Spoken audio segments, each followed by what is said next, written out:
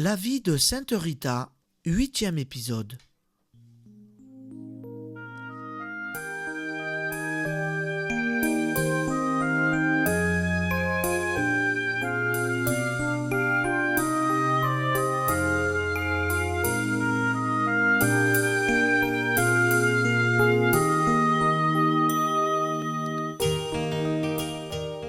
Née en 1381 dans les montagnes d'Ombrie, fille unique d'Antoine et Amata Lotti, Rita, comblée de grâce dès l'enfance, est entrée au couvent de Sainte Marie Madeleine de Cachia.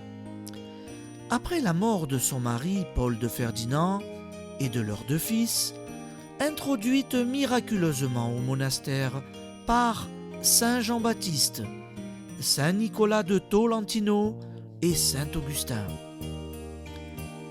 Elle participe à la passion du Christ, en portant au front une plaie douloureuse et malodorante. L'année du jubilé 1450, c'est elle qui conduit ses sœurs en pèlerinage à Rome. La plaie restée douloureuse, mais devenue invisible, durant ce voyage, reparaît à son retour au couvent.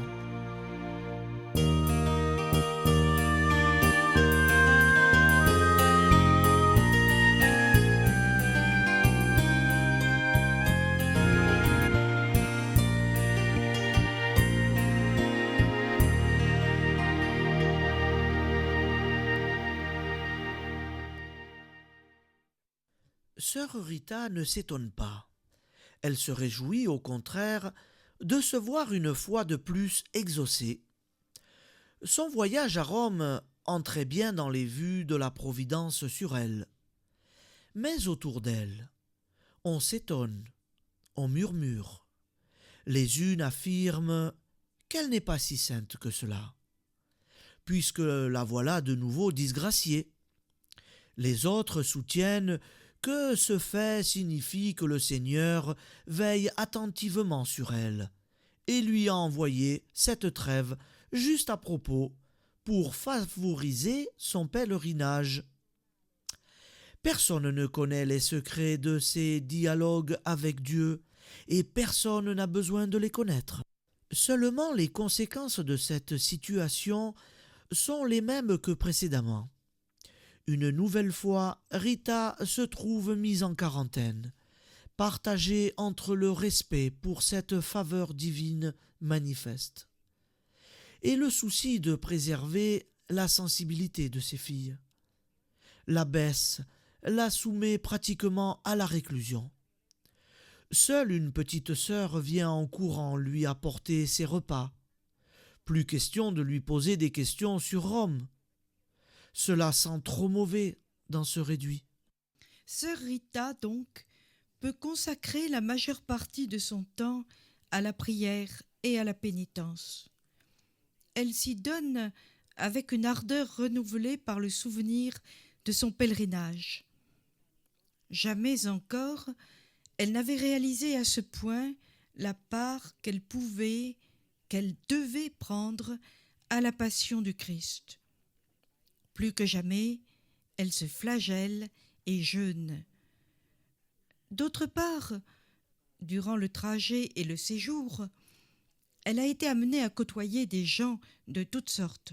Parmi eux, elle a constaté ou deviné bien des misères tant physiques que morales. Comme elle voudrait les secourir. Que d'âmes, surtout, en quête du salut éternel de par le vaste monde. Alors, puisqu'elle sent se resserrer autour d'elle le cercle de l'isolement, elle va, par contraste, élargir sa prière aux intentions de l'univers entier. Elle fera ce qui est en son pouvoir pour soulager ses frères lointains. Tel est le rôle des religieuses et des religieux cachés au sein des monastères. Parfois, on dit d'eux au dehors qu'ils ne servent à rien et feraient mieux de soigner ou d'enseigner. Cruelle injustice, Aussi ils servent, ceux qui présentent au Seigneur leurs regrets pour ceux qui ne regrettent pas, leur offrande pour ceux qui n'offrent pas. Des Rita de Cachia, des Thérèse de Lisieux soutiennent spirituellement l'action de ceux qui agissent dans le monde pour y remettre de l'ordre et y semer de la bonté.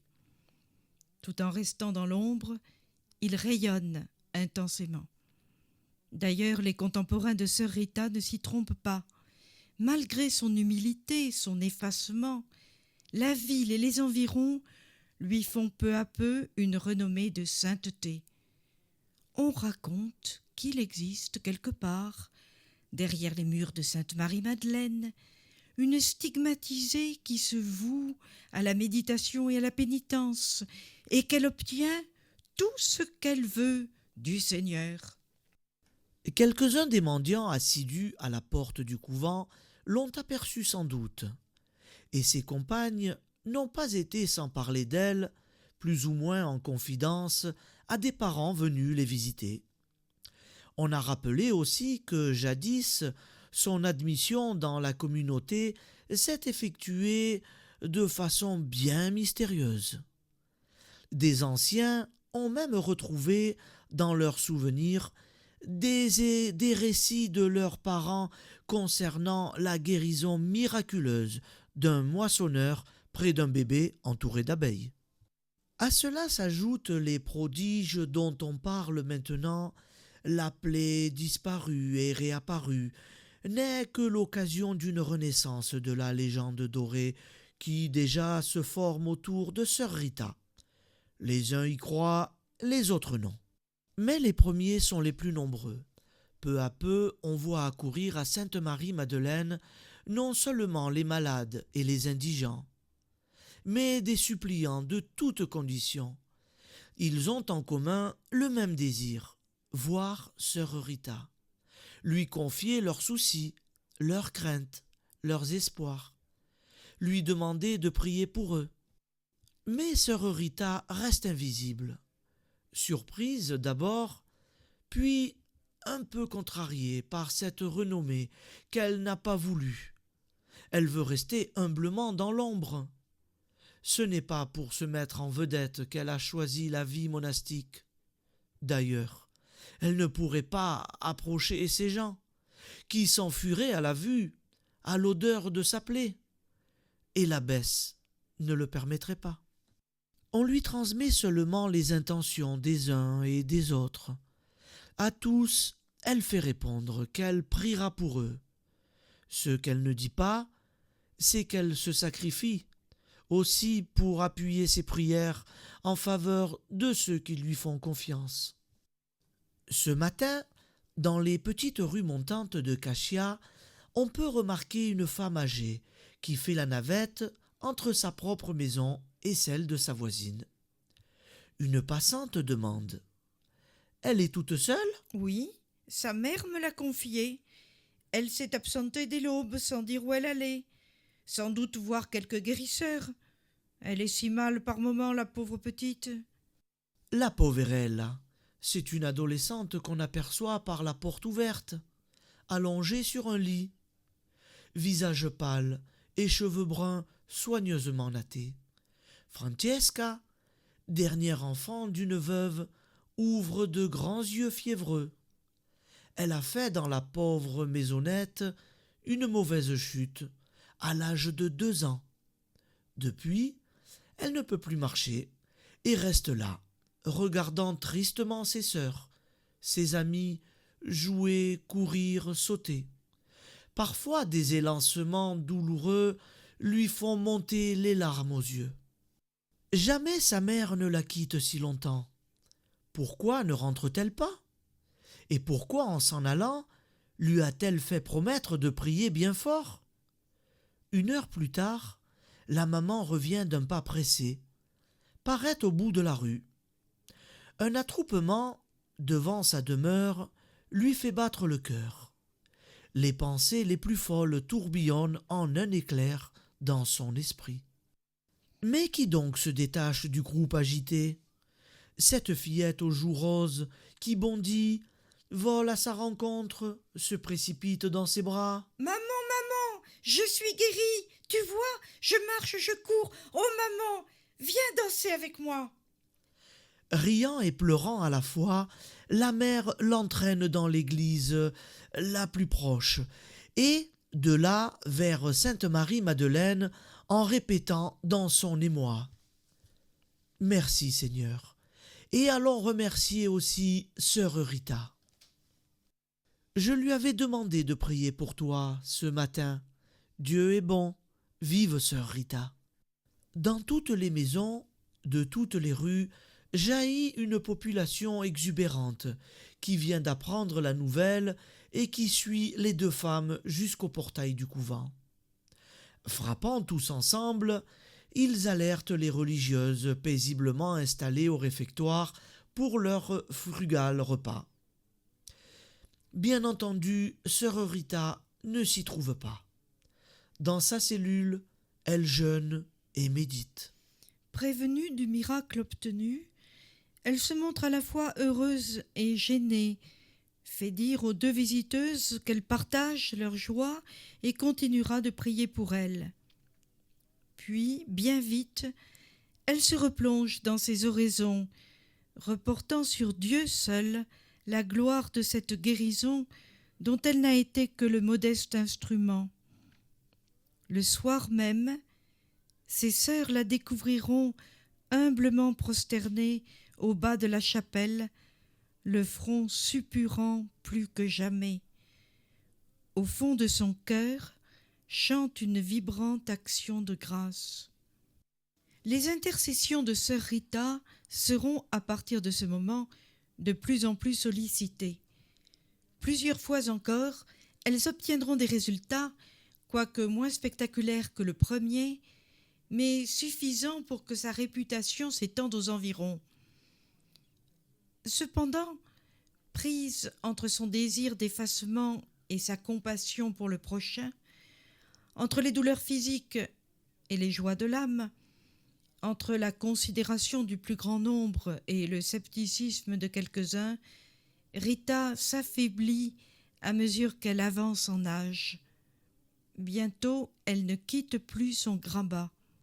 On lui fait transmettre des intentions de prière. On lui recommande des enfants nouvellement nés, des mourants, des cas plus délicats aussi. C'est ainsi qu'un soir, ses sœurs recueillent la supplication d'un homme dont la femme est possédée du démon. Seule, dit-il, sœur Rita peut la faire délivrer du mal. Combien de jours de prière, combien de jeûnes, de mortifications faudra-t-il à celle-ci pour venir à bout de cet ennemi acharné? Seul Dieu le saura. Lorsqu'enfin la patiente libérée se présente à la porte pour se confondre en remerciements, la religieuse, toute force épuisée, gît sur sa couchette, presque terrassée par cette lutte farouche. Restera-t-elle encore longtemps en ce monde ?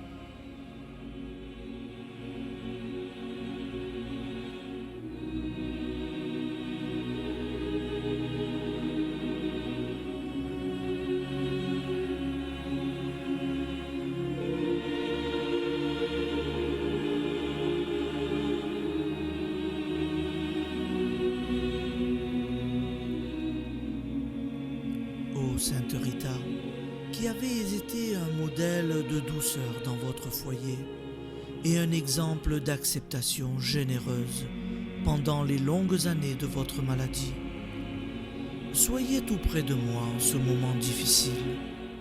Intervenez auprès du Seigneur Tout-Puissant et Bon pour que je comprenne ses desseins d'amour à travers ma situation actuelle. Obtenez-moi de m'abandonner à sa sainte volonté, comme un enfant entre les bras de sa mère. Mais intercédez aussi, ô Sainte Rita, auprès de Dieu, afin que, dans son infinie miséricorde, il ait pitié de moi et qu'il daigne, se penchant paternellement sur ma peine, m'accorder la grâce qu'humblement je sollicite par votre intermédiaire. C'est par une vie de plus en plus chrétienne que je remercierai Dieu d'avoir bien voulu, dans sa grande bonté, prêter une oreille attentive à notre supplication. Amen.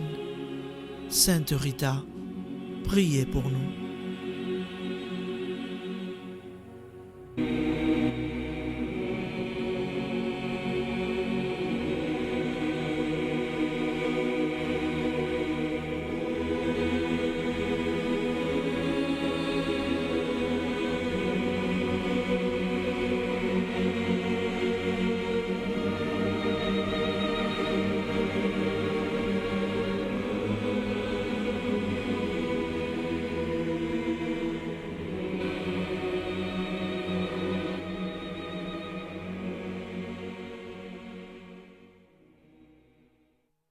Au moment où sœur Rita, dans son couvent de Cachia, attire par son union à Jésus crucifié des grâces éclatantes sur son entourage, les âmes sanctifiées ne manquent pas dans son pays.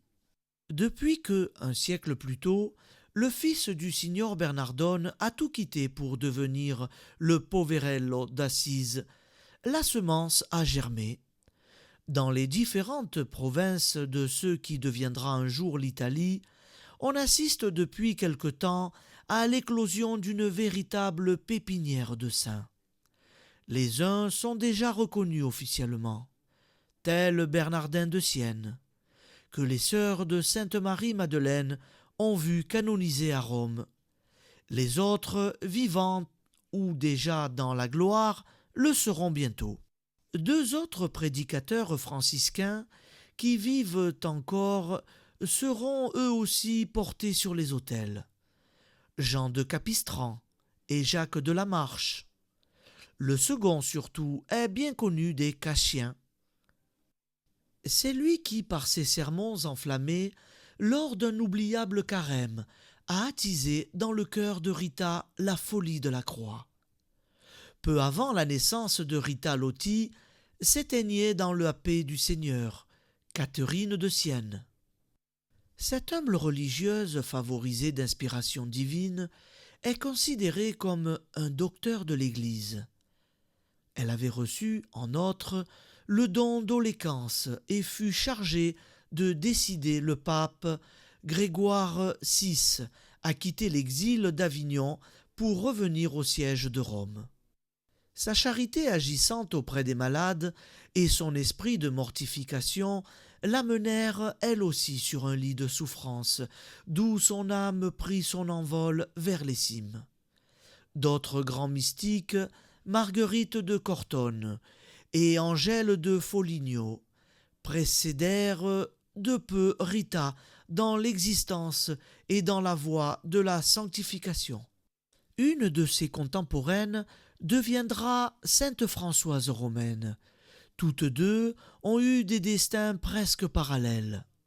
Françoise, riche praticienne de Rome, ce qui constitue à peu près la seule différence entre elles, fut, comme Rita, mariée contre son gré. Elle eut des enfants, devint veuve après de nombreuses épreuves, et termina ses jours au cloître. Il n'est donc pas étonnant que l'esprit se plaise maintenant à souffler sur Cachia. De toute évidence, on parlera beaucoup l'italien dans les jardins du paradis. Pour le moment, sœur Rita se prépare à son tour a achevé sa course terrestre. Elle ne quitte plus son grabat, s'alimente à peine. Pour elle, comme jadis pour Catherine de Sienne, la Sainte Hostie a fini par tenir lieu d'aliment corporel en même temps que de nourriture spirituelle. Plus que jamais, de l'intérieur comme de l'extérieur du monastère, on lui fait recommander des intentions de prière. Elle offre ses souffrances pour tous ceux qui se confient à son intercession. Pâle, décharnée, tourmentée de douleurs qu'elle dissimule de son mieux, elle n'a plus de vivant que les yeux.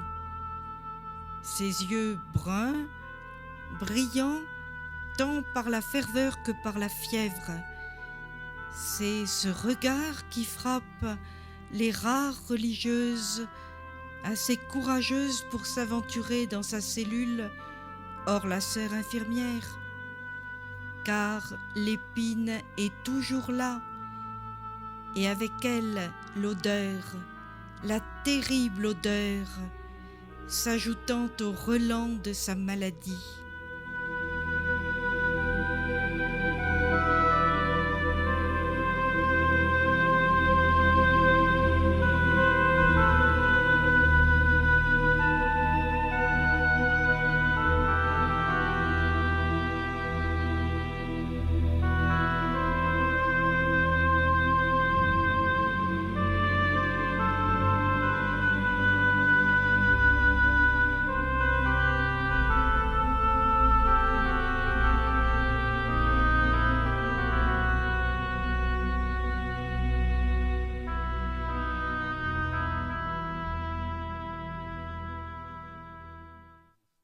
Parfois pourtant, quelques visiteuses venues du dehors se risquent jusqu'à cette sombre retraite. Une parente, une amie, restée fidèle aux souvenirs d'autrefois, demande à se faire introduire. À force d'insistance, elle y réussit. Ce matin, Rita s'est réveillée, moins fiévreuse que de coutume. Elle a pu dire quelques mots au prêtre qui apportait la communion. Puis, refusant toute tisane, elle a incliné la tête, joint les mains. On ne sait si elle prie, si elle dort, l'un et l'autre sans doute alternativement. La sensation d'une présence insolite lui fait rouvrir les yeux. Non, elle ne se trompe pas. Là, dans la ruelle étroite, respirant sans sourciller l'air confiné, c'est bien Catalina qui se tient immobile, un peu embarrassée. Catalina, sa cousine préférée, native comme elle de Rocaporena, est souvent venue la voir au parloir. Pourtant, c'est à peine si elle reconnaît la malade, tant ses traits ont changé en quelques mois. Le mal a progressé de façon effrayante.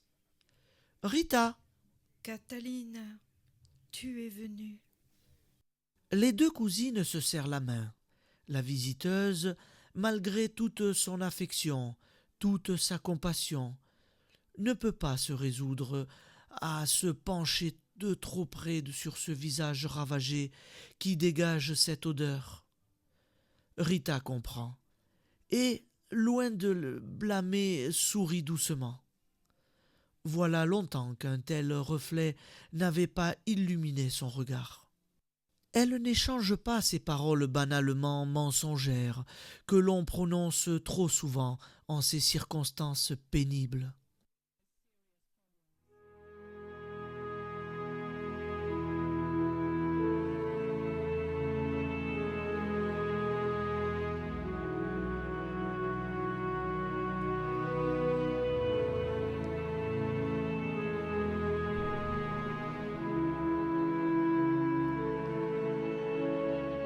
Rita se soucie fort peu d'une éventuelle guérison, sur laquelle elle ne se fait d'ailleurs aucune illusion. Elle ne vit que pour l'offrande. et dans l'attente de sa vraie patrie. Sa cousine, de son côté, connaît ses dispositions et a deviné que l'heure approche.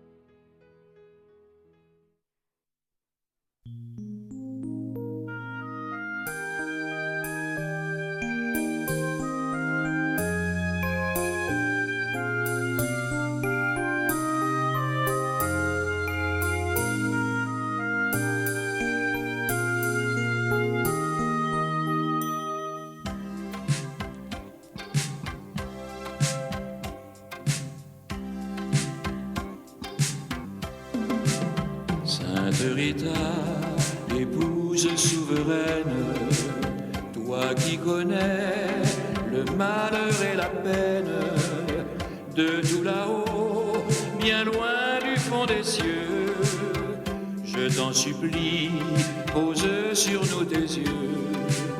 Sainte Rita, je fais une prière, là devant toi, pour que nos vies entières soient exaucées de tes bienfaits si doux. Pour tout cela, je t'implore à genoux. Sainte Rita, toi qui vois la souffrance des innocents qui sortent de l'enfance et la folie des hommes ici-bas, du haut des cieux, ne les condamne pas. Sainte Rita, demande à notre Père de nous aider à chasser la misère, de nous sauver en nous donnant la foi. Si tu le veux, je sais qu'il t'entendra.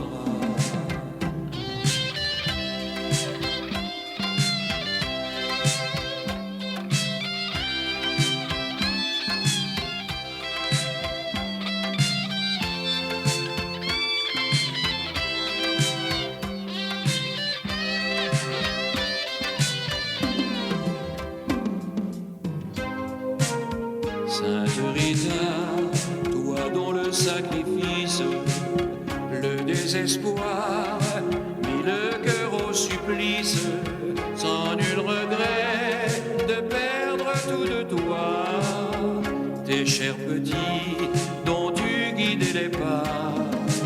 Sainte Rita, madone d'espérance, en te voyant, Jésus dans sa clémence, du haut du ciel, t'a prise par la main, et de ta vie, il refit le chemin. Sainte Rita, il fit de tes nuits noires un paradis, une si belle histoire, des jours si beaux que le monde en pleura, et dans sa gloire, il se pencha vers toi, en te confiant sa couronne d'épines, que tu serras tout contre ta poitrine, dans un grand ciel illuminé de joie. Jésus alors t'a prise dans ses bras. Sainte Rita, épouse souveraine, toi qui connais le malheur et la peine, de tout là-haut, bien loin du fond des cieux, fais que demain les hommes soient plus heureux.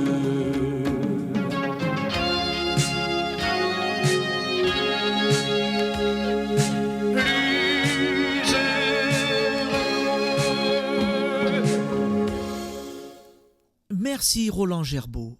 Amis auditeurs, une fois de plus, je vous rappelle que si vous souhaitez vous procurer cette très belle chanson, elle se trouve à l'église de l'Annonciation à Sainte Rita dans le Vieux-Nice.